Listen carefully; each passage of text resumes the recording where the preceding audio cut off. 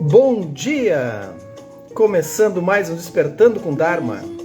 Beija-me, coladinho ao meu. Dia 10, quarta-feira. Eu e minha aguinha com própolis diariamente. Bom dia, Rosa Jacobs.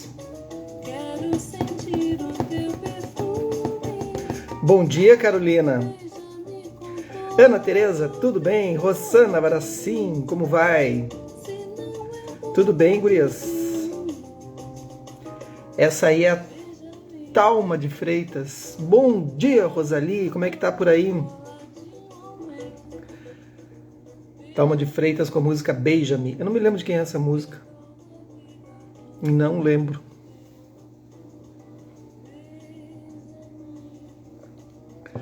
Todas bem? Tudo certo por aí, pelas suas cidades? Bom dia, Ângela. Como vai?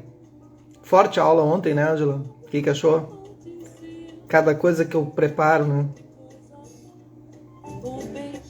A Carla perdeu a aula de ontem. Ontem foi forte. Irrepetível, porque eu não repito as aulas, né? Então daí é um problema.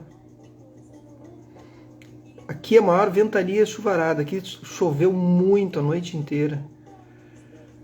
Tu é de Camboriú, né, Rosali? É Camboriú, dá uns ventos fortes mesmo. Aqui choveu muito, muito, muito essa noite. Muito bem. Carla, infelizmente eu não vou repetir a aula. Se tu quiser pode vir agora de manhã, 7h15, que é a mesma aula de ontem à noite, é outro grupo. Ó, uma sugestão. Balneário dá uns vendaval, assim, né? Muito forte. Bom dia, Fabiola. Tava falando sobre a aula de ontem, que foi forte, né? Que eu não consigo repetir porque a experiência ela é única, né? Porque é uma prática que a gente só faz uma vez. Depois ela perde o sentido.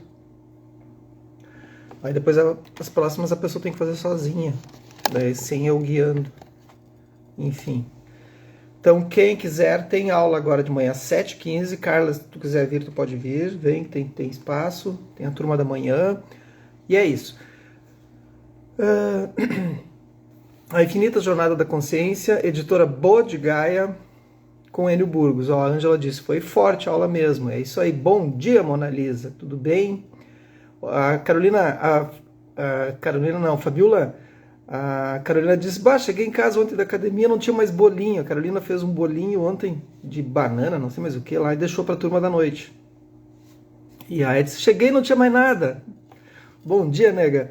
Aí, ó, quem comeu muito foi a Fabiola. Ela disse, meu Deus, o que é esse bolinho? E não parava. Ela fez um... Ela botou no guardanapo, Carolina, ó, e foi só colocando no guardanapo e indo para casa. Tava falando da aula de ontem, né, nega? Ontem foi forte o negócio. A Infinita Jornada da Consciência. Vamos lá? Bom dia, Márcia. Estamos no final do livro. Essa semana a gente termina. Certo? Bom dia, mãe. Tudo bem? Começando, despertando. Chegou, dona Angelina. Como está em Passo Fundo? Muita chuva? Aqui choveu a noite inteira, credo, como choveu. Bom dia, Conceição, tudo bem aí em Sampa? Então a gente está aqui, ó. Vou voltar só um pedacinho do parágrafo aqui para a gente... De qualquer maneira, página 314 já. De qualquer maneira, para a profunda inteligência e vasto conhecimento de Siddhartha, né, do Siddhartha do Buda, não havia solução plausível e realizável para o Sansara, dentro do arcabouço filosófico. Lembra que eu li ontem esse pedacinho? Teórico e ou prático disponível em sua época. Bom dia, Sinara. Era um dilema, um problema, um enigma ainda sem solução. Sansara era inexpugnável. Pode-se transmigrar sempre, abandonar nunca. Algo que nem o grande sábio Ganga respondera ao ser humano. Então, o que significa isso do Sansara? A gente sai de uma explicação mais comum, assim, mais superficial, mais a nível de superfície. Tu sai de uma escolha, de um problema e cai no outro. Daí tu acha, agora sim eu vou acertar. Não vai, porque vai acontecer tudo de novo. Tu tem que estar lúcido para perceber as situações e armadilhas da nossa própria mente. Siddhartha ansiava encontrar um caminho que fosse real, palpável, e que conduzisse à superação definitiva do sofrimento incalculável de ciclos intermináveis de nascimento e morte, representados por samsara. Então, nascimento e morte não só do corpo, nascimento e morte das coisas, né? Então, para quem está chegando agora nessa ideia, né? Peguem qualquer coisa de vocês que começou. Qualquer coisa. Pensem agora, já vamos começar com as práticas de Vipassana, né? Pensem em qualquer coisa que começou para vocês e que vocês estavam super felizes, empolgados. E aí disse, bah, que coisa boa essa relação, esse novo namoro, esse emprego, esse livro, sei lá, esse curso. Agora pensem em vocês agora. Diz, pô, não aguento mais esse curso. Esse livro tá chato. Esse relacionamento, pá, não sei, essa pessoa não era bem o que eu imaginava, né?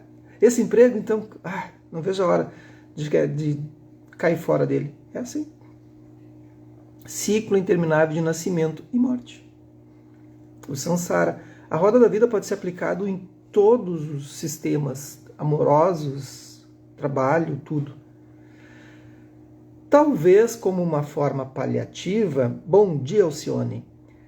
Talvez como uma forma paliativa de superar esse terrível ponto cego nos ensinamentos existentes, muitas formas de religião ensinavam ou manifestavam a noção, assim como ocorre ainda atualmente, de que a vida deveria ser vivida de tal forma virtuosa que resultasse na ascensão aos reinos celestiais. Ou seja, ele está sendo querido aqui, se tu morre, se tu for bonzinho, tu morre e vai para o céu. Não existe céu. Não, agora tu falou uma coisa, mas não existe, né, gente? Por mais bonzinho que tu seja, tu não alcança um bonzinho a nível de ir para um lugar tão de paraíso assim. Porque bonzinho, quem é que é bonzinho a ponto disso? Pensem agora nas coisas que vocês fizeram ontem. Tiveram todos os pensamentos bons? Nenhum pensamento ruim? Para, santinhas. Bom dia, Lucelena. Parem, não deem umas de santinho aí. Então, celestiais, aos céus, aos reinos superiores, onde se estaria livre, a salvo do sofrimento, e se desfrutaria de bênçãos e êxtases quase indefinidamente. Por outro lado, deveriam os adeptos evitar as ações que nos conduzissem aos reinos inferiores, aos reinos infernais, onde só são experimentados torturas e atrocidades.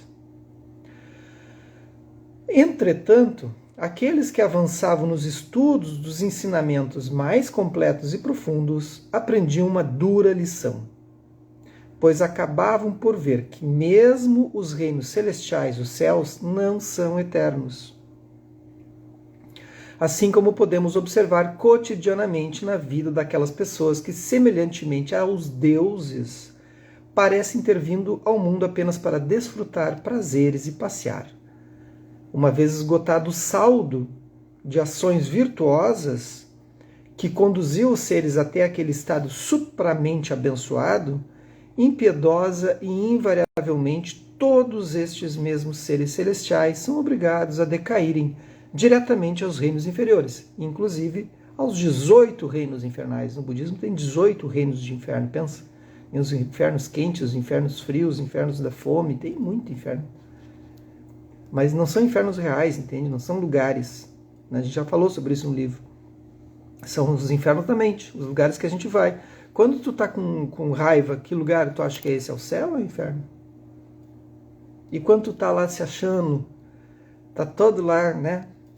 Se achando todo poderosa, que reino é esse? Reino dos deuses, né?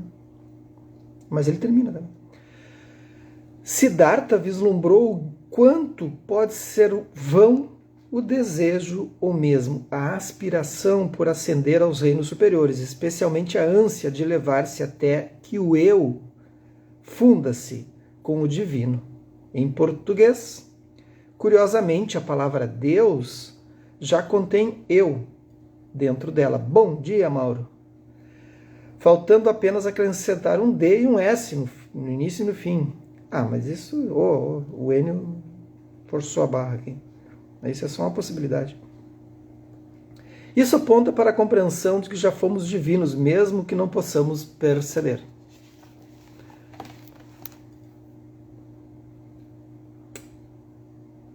Siddhartha compreendeu, portanto, que a impermanência atua nos reinos de êxtase e beatitude.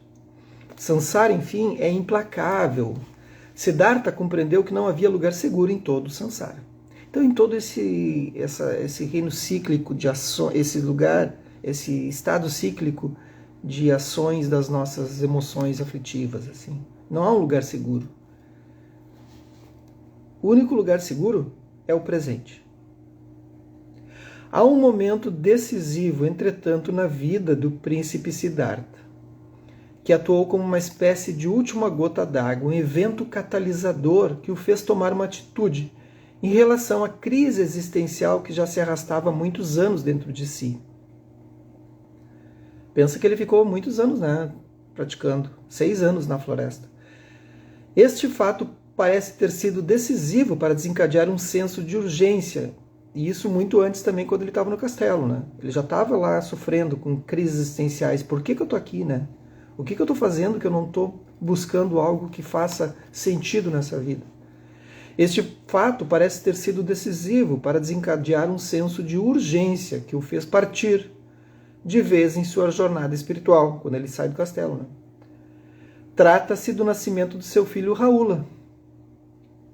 Vocês sabem que Rahula, Rahula com H, H-Ula, quer dizer grilhão, grilhões, coisas que nos prendem assim, Então olha como é que pode, Então, o nascimento do seu filho Rahula, dos grilhões, aquilo que vai prendê-lo a uma estrutura de... Não é por acaso que o nome dele se chama Rahula, Mas aquilo ia prendê-lo no castelo. Ele teve outros depois. Trata-se do nascimento do seu filho Rahula. Siddhartha amava o filho e entendia que não tinha uma solução para o problema da existência. Seu amado filho também era refém, mas um prisioneiro do Sansara sujeito à impermanência. E seu pai nada podia fazer a respeito, ou podia. Essa era uma questão que o importunava dia e noite e que precisava ser resolvida, respondida.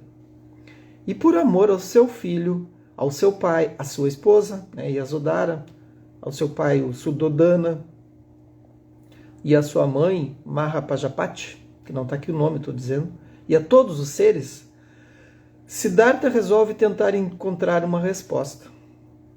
Será mesmo Sansara uma prisão inexpugnável? Ou haveria uma forma de alguém se tornar livre, emancipado, escapar dessa grandiosa prisão coletiva?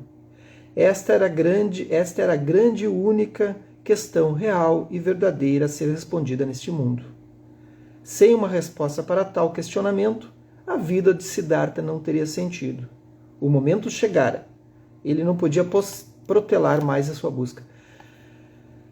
Então imagina, gente, nós temos todas essas buscas aí, tá todo mundo aí buscando, praticando de alguma forma, mas aí a gente está envolto nesse mundo de ter que trabalhar para se sustentar e a gente pratica 1% durante o dia e daqui a pouco a gente dá-lhe uma acelerada e vai para um retiro, ou vai para um curso, ou vem aqui, ouve o Dharma e aí às 7 horas já está envolto em 1000 coisas, E assim vai, Enfim. Mas mesmo assim a gente está buscando algumas formas e a gente acende umas centelhas assim, de luz, assim, E imagina como é difícil, A gente já percebendo isso, já percebeu a dificuldade que é da gente conseguir pelo menos um insight. De vez em quando a gente faz um curso ou vem para as aulas aqui. Bom dia, Fred. Vem para as aulas aqui, ou faz um curso ou aula com outras pessoas também, e acende uma centelha. Lê um livro, acende uma centelha, enfim. Agora imagina tu passar 24 horas praticando isso assim, vendo, revirando a tua mente. Como seria, Como seria? Mas a questão é que a gente não pode parar de praticar.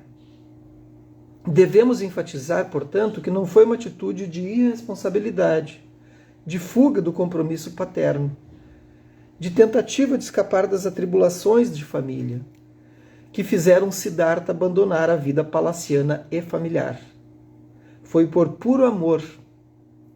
Ele precisava encontrar uma resposta que pudesse livrar seu próprio filho de Sansara. Mas ainda não existia tal resposta. Ele teria de buscá-la e encontrá-la de algum modo em algum lugar. Se não fosse atrás dela, não se sentiria como um verdadeiro pai. Era agora uma questão de amor paterno. Ontem nós falamos, né? Quem estava na aula ontem aí, o Fred, a Fabiola, a Ângela, quem mais? Não me lembro. Enfim, que eu vi os nomes aí. Falamos sobre valores essenciais, né? Então, os valores essenciais, uma coisa é um objetivo, né? E outra são os valores essenciais. Então, um dos valores essenciais, o valor essencial do Siddhartha era esse.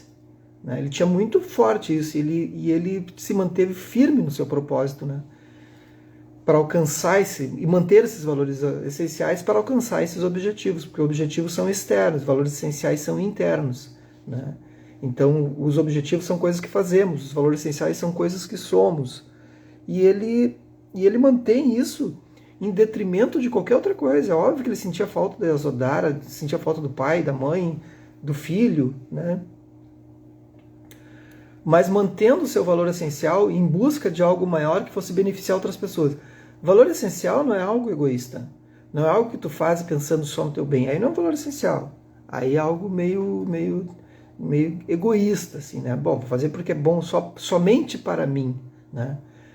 Mas quando é bom para ti e que aquilo vai trazer benefícios, mesmo tu estando bem, traz benefícios para o convívio geral com as outras pessoas, é ótimo.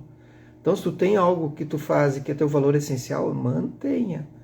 Porque lá adiante, gente, o que vai acontecer? Ontem a gente falou em aula.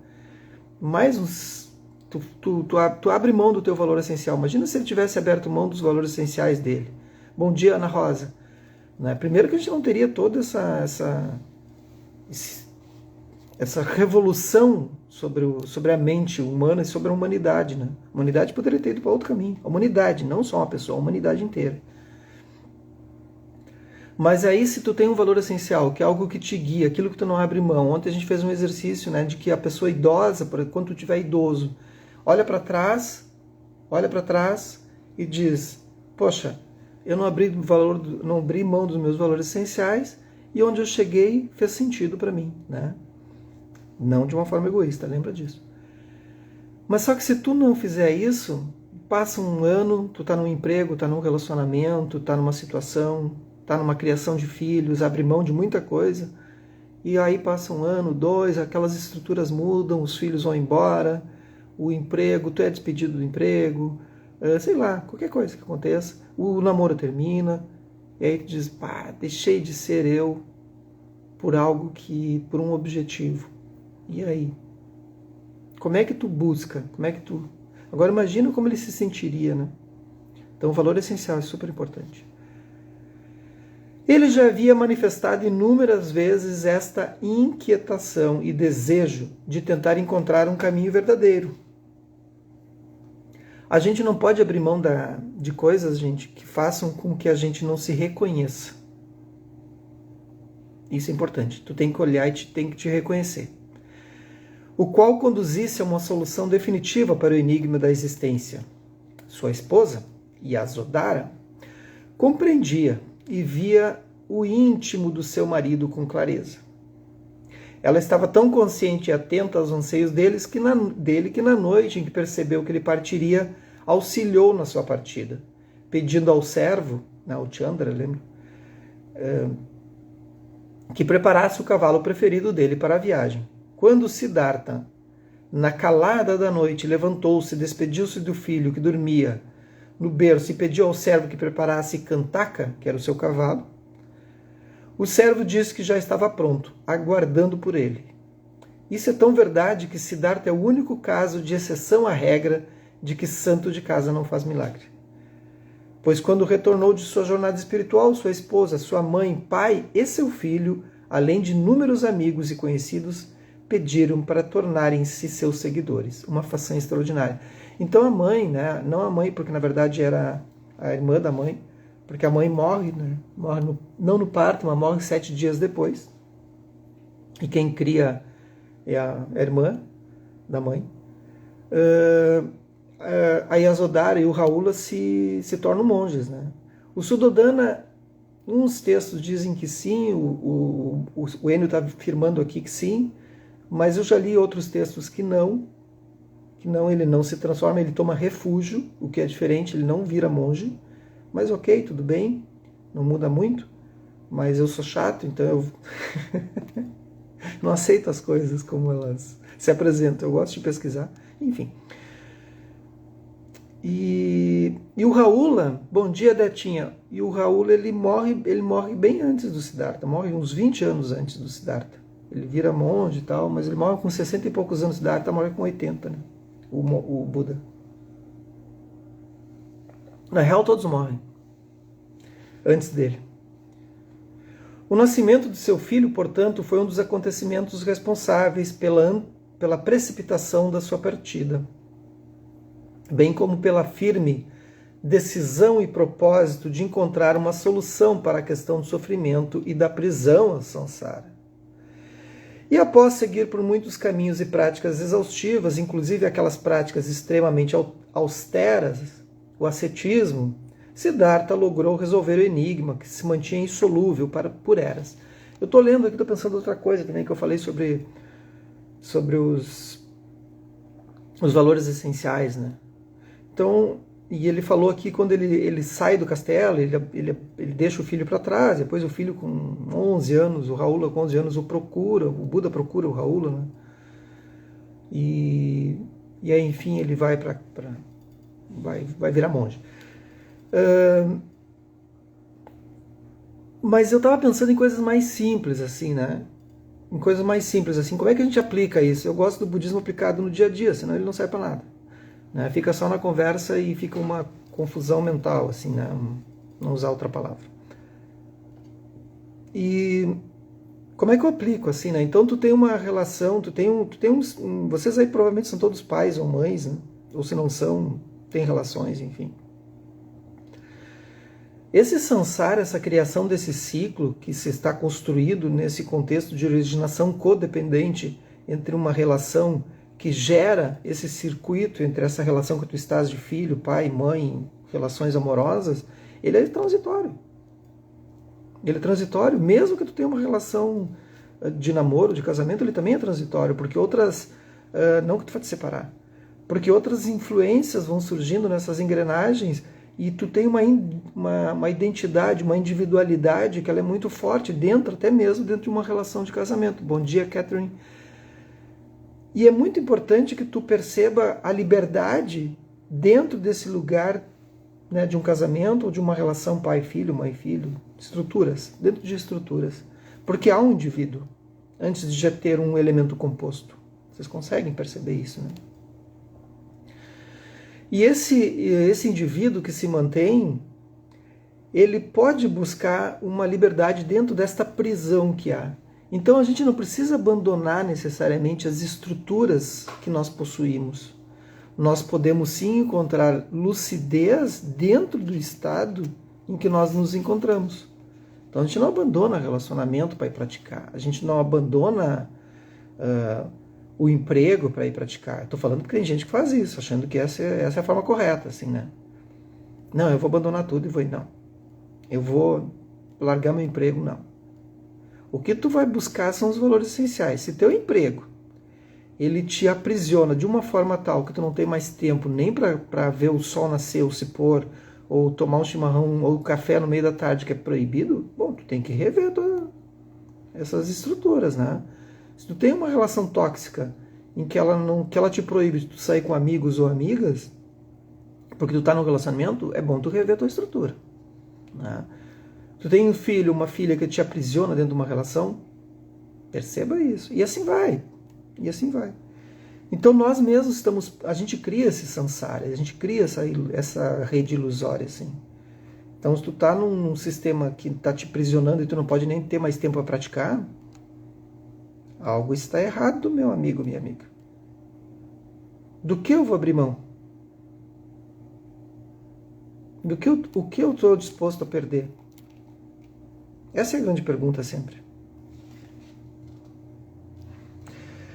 Enfim, percebeu que as ações estão associadas à mente. Só para terminar aqui, logo, a resposta poderia estar no ambiente mental. E esta pista o fez decifrar a configuração da mente e o modo como ela projeta e sonha mundos, que logo em seguida desmoronam sobre si mesmo. Ao final de sua inquirição, ele encontrou o caminho que conduz à dissolução do samsara.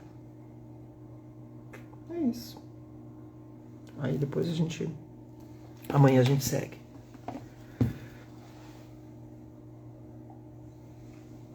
Tudo bem até aqui? Todas bem? Todos bem?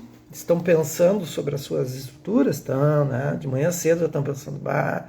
Aí a pessoa está aqui ouvindo o Dharma, de repente está com fone de ouvido. Pense na situação. Daqui a pouco alguém de vocês está com fonezinho de ouvido, ouvindo o Dharma. E aí está lá seu marido, seu filho, sua esposa, sua companheira, seja quem for, e tu está tomando seu cafezinho, olhando de lado, assim, para a pessoa. e só fazendo assim, né? Só, tô de olho. E aí, né? E a pessoa não está entendendo nada. Por que tu está me olhando desse jeito? Só. Teus dias estão contados. A estrutura toda irá se romper. Faça uma inspiração profunda.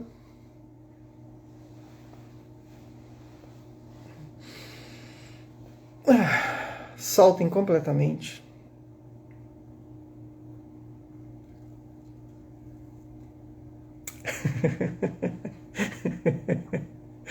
Né, Sinara? Só deu uma olhadinha, né? Ah, não me aguento. Soltem completamente. Deixe que o corpo relaxe.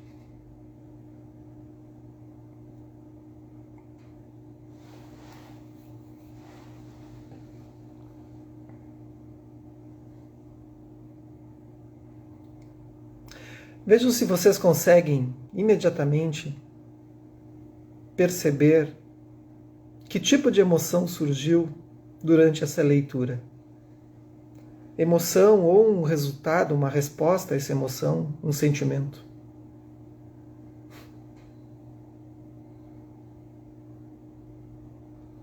Pode ser insegurança, pode ser medo, raiva, aflição,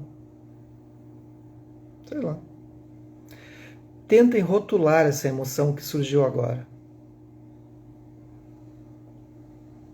Pode ser dúvida. Rotulem, deem nome para ela.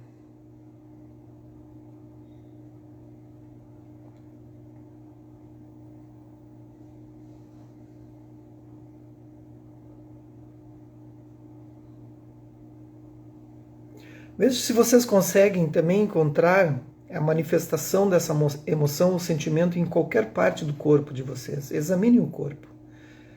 Se sentirem melhor e confortáveis, fechem os olhos.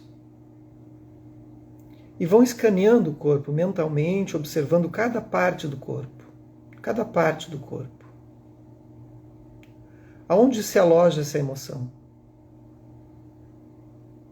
Veja se vocês conseguem encontrar. Se encontraram, coloquem a mão sobre essa parte do corpo. Identifiquem. Tomem contato.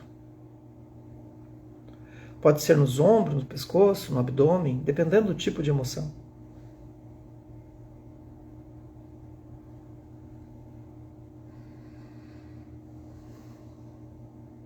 Esta é uma resposta física.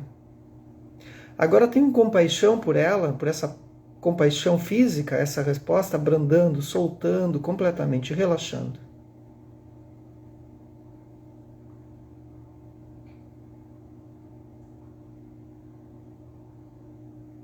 Relaxem o corpo.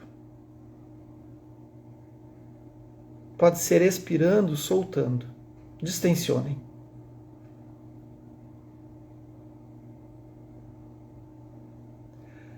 E agora, para destravar os nós emocionais, com a compaixão emocional, tentem acalmar a sua mente, dizendo a si mesmo, está tudo bem.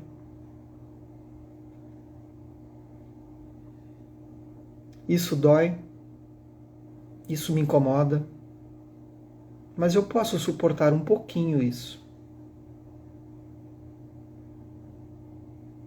Diga para si mesmo, eu estou te vendo, emoção. Esta emoção que você rotulou, diga o seu nome. Eu estou te vendo, dúvida. Eu estou te vendo, insegurança.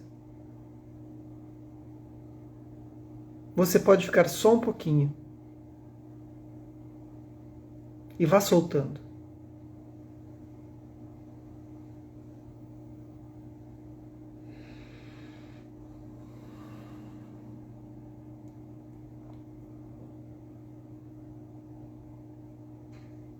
Faça novamente uma inspiração. Solte pela boca, se permitindo relaxar. Se permitindo ser a forma que você é desta maneira, com esta emoção. Com estas emoções, com estes sentimentos. Se veja e se acolha. E se diga, eu sinto isso. Isso é real. Mas isso não é o que eu sou. Certo, gente? 7h15 tem aula, quem quiser vir, dá tempo. Que os méritos desse nosso encontro, dessa nossa prática, se expandam, toquem a todos e que nós possamos tornar um caminho iluminado. Tá bem? Até amanhã. Venham.